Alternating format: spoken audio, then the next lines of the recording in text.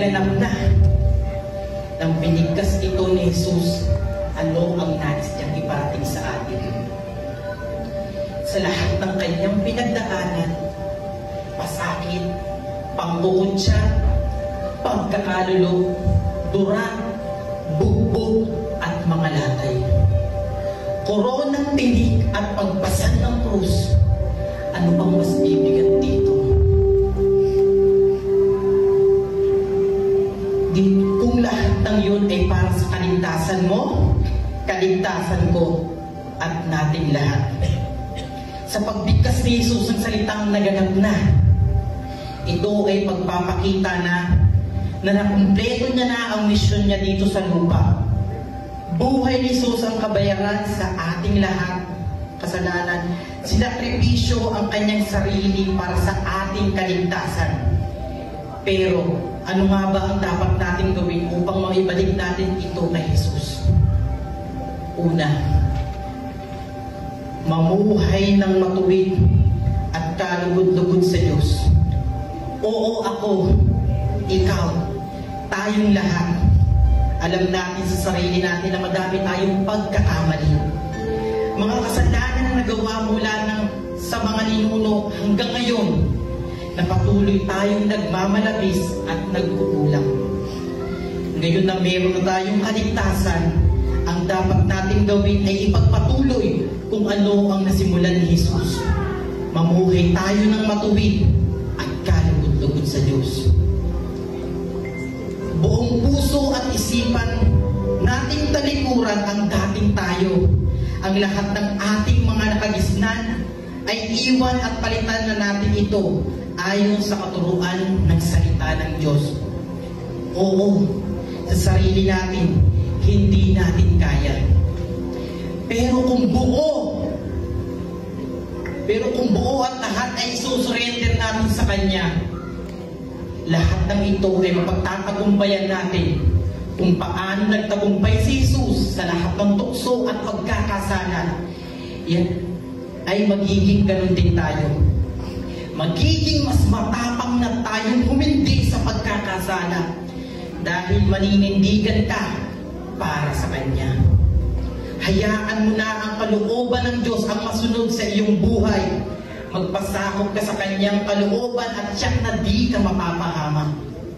Sa pagpapatuloy natin na mamuhay ng matuwid, dapat pakita din sa atin ang pagiging tapat sa Diyos at sa Kanyang salita. Hindi man tayo maging matuwid sa paningin ng tao, ang importante sa Panginoong Diyos ay matuwid at kalugod-lugod ka. Tetelestai, tinapos ng bayaran ni Kristo ang mga kasalanan natin sa mundong ito. Siya ang tumanggap ng parusa na tayo dapat ang tatanggap. Bayad na ng buo at kumpleto. Kaya dapat natin gawin bilang tayong tinubos ay mamuhay ng maayos at kalugod-lugod sa Diyos. Ikalawang punto, isuko ang buhay mo sa Diyos. Sapagkat hindi siya namatay bilang isang talunan, kundi siya ay matagumpay. Kung isusuko natin ang ating buhay sa Kanya, tayo ay magtatagumpay din. Wala nang kapangyarihan sa atin ang magagawa ng kaaway. Sabi sa Colosas chapter 2 verse 15, sa pamamagitan ng Kanyang kamatayan sa krus, inubig niya ang mga pinuno at ang kapangyarihan ng sanlibutan. Ang mga ito ay parang mga bihag na Kanyang ipinarada sa landa bilang katunayan ng Kanyang pagtatagumpay. Tetelestai, tinapos na ni Kristo ang mga takot, pag-aalala, sakit, paghihirap, pag-iyak. Kaya kahit anong pang pagsubok ang ating harapin, tayo ay matagumpay na. Tetelestai, kapag naririnig natin ang salita nito ng Diyos, ito ay paanyaya na huwag nang mamuhay sa tao. Huwag natin balikan pa ang mga kasalanan noon at huwag tayong mawalan ng pag-asa dahil naganap na. Kung ibibigay niya ang kanyang buhay para sa atin, walang bagay na mahirap para sa kanya. Ayon sa Roma chapter 8 verse 32, kung ang sarili niyang anak ay hindi niya ipinagkait, sa halip ay ibinigay para sa ating lahat, hindi kaya niya ibibigay ng masagana sa atin ang lahat ng bagay? Isuko natin ang ating buhay sa Diyos at ipaparanas niya ang ating kahulugan sa ating buhay. Tetelestai, tinapos na ni Kristo ang kasamaan. Tetelestai, pinalaya na tayo sa kasalanan. Tetelestai, dahil buhay na walang hanggan tayo sa langit kasama ang Ama. Tetelestai, it is finished. Panginoong Jesus, maraming salamat po dahil tinapos mo na po ang lahat dito sa lupa.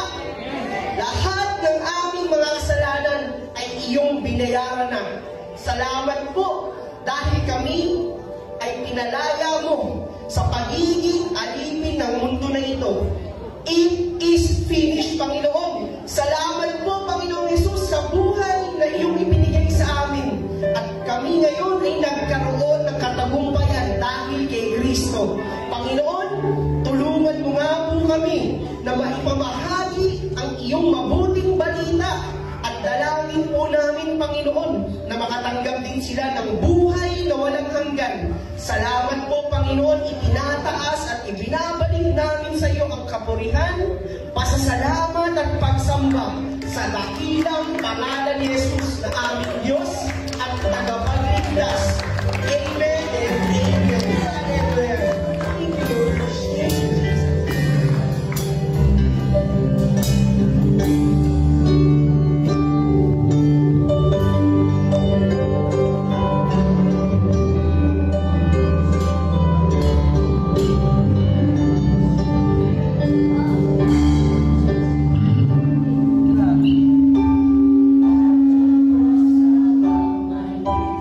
Thank you, Lord. Share.